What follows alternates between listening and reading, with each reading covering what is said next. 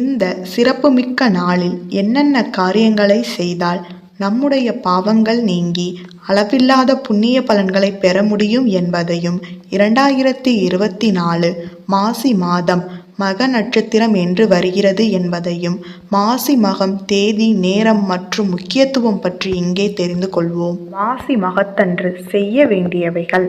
மாசி மகத்தன்று அனைத்து நீர்நிலைகளிலும் அமிர்தம் கலந்திருப்பதாக ஐதீகம். இதனால் கடல், புனித நதிகள் ஆகியவற்றில் இந்த நாளில் நீராடுவது சிறப்பானது.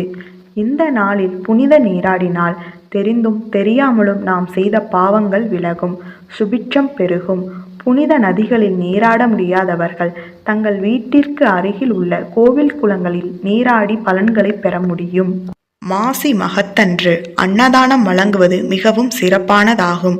முடிந்தவரை 2 நபர்களுக்காவது அன்னதானம் வழங்கலாம். மனித